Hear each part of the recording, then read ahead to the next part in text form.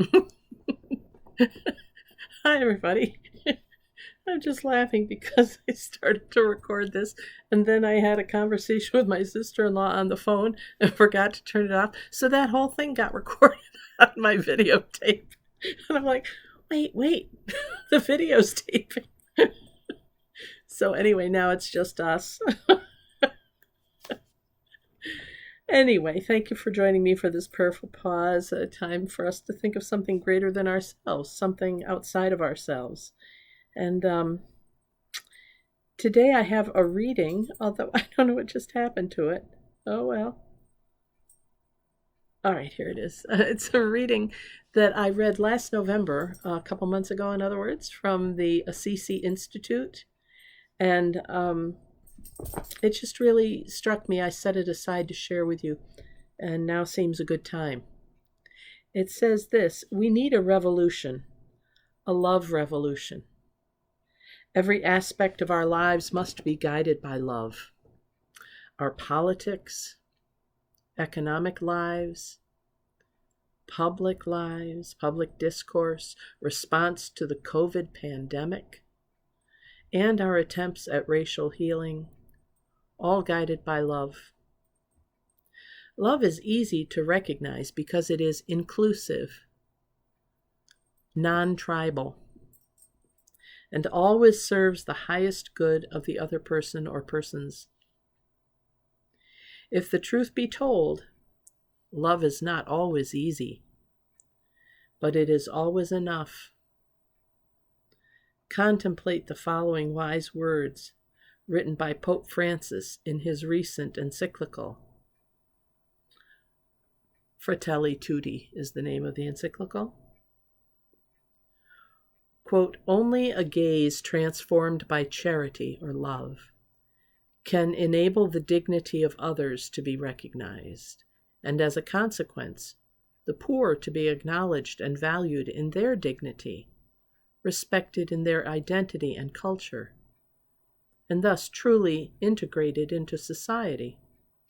We need to develop the awareness that nowadays we are either all saved together or no one is saved.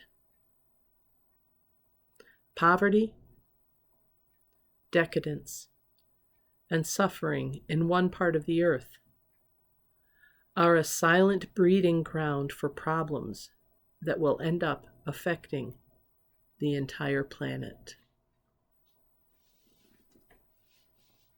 What do you think?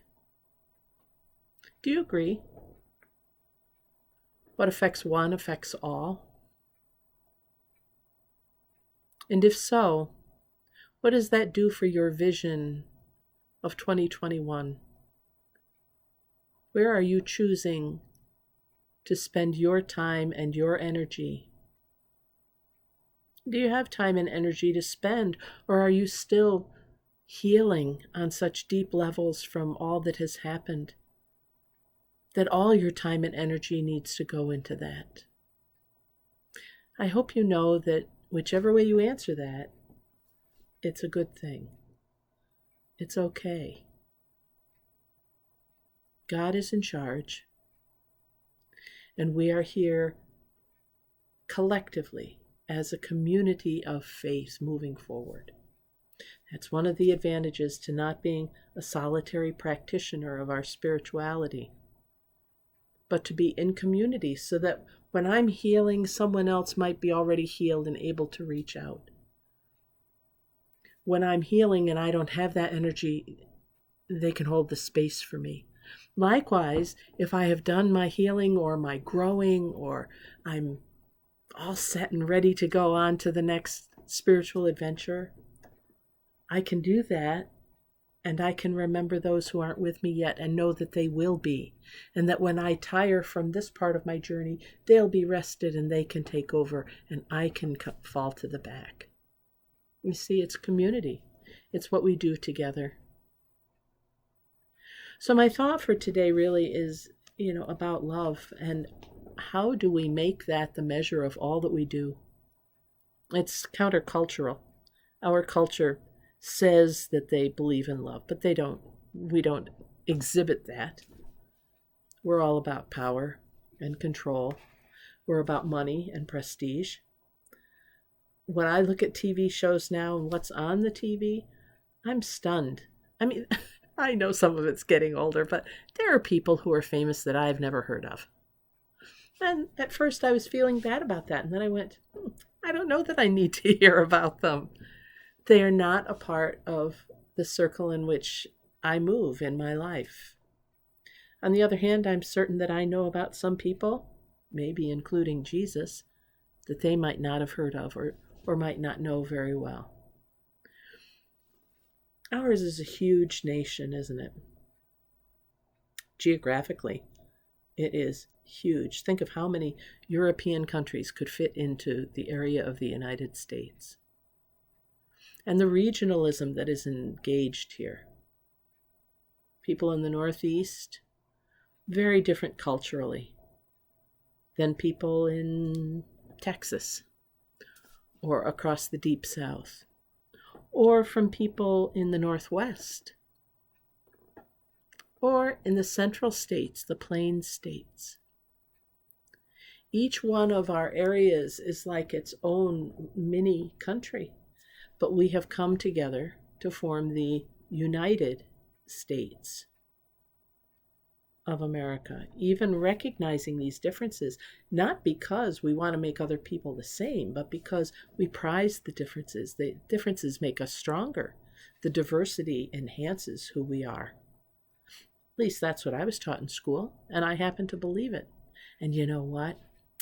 It parallels how the church approaches life too, especially churches like the Presbyterian Church, where we are such a connectional system that we are made strong by each other.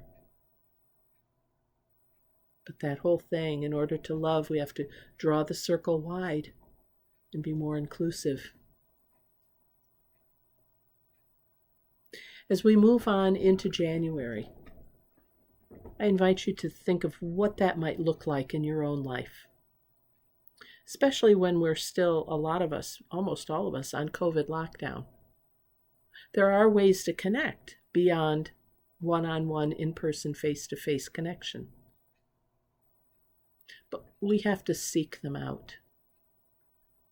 They probably won't come to us as readily as when we're out milling about and we see signs for this group or for that group. We might have to go searching online to find an online group, or on something like Facebook, or on something like Twitter, but someplace where it is a broader base so that we can find other avenues for where we might fit in to draw our circle wide. And what does that mean? What does it mean to have a wide circle? What does it mean to have diversity in your life? It means who do you call your friends? Who do you call your family? It means how do we live our spirituality? That's the thought for today. Prayerful Pause with the Pastor is supposed to be some time to think of things greater than ourselves. Today it's about our culture. It's about going through setting up this next year so that we go through it with love, becoming more inclusive, thinking about what's best for others and not always ourselves first. And it's about praying for them, praying for each other, asking them to pray for us. This is Pastor Deb of South Presbyterian Church in Rochester, New York. Thanks for joining me for this time. I hope to see you back here next time. In the meantime, do that praying and that discerning and that figuring out how to draw the circle wide. Okay? All right, everybody, God bless. Bye for now.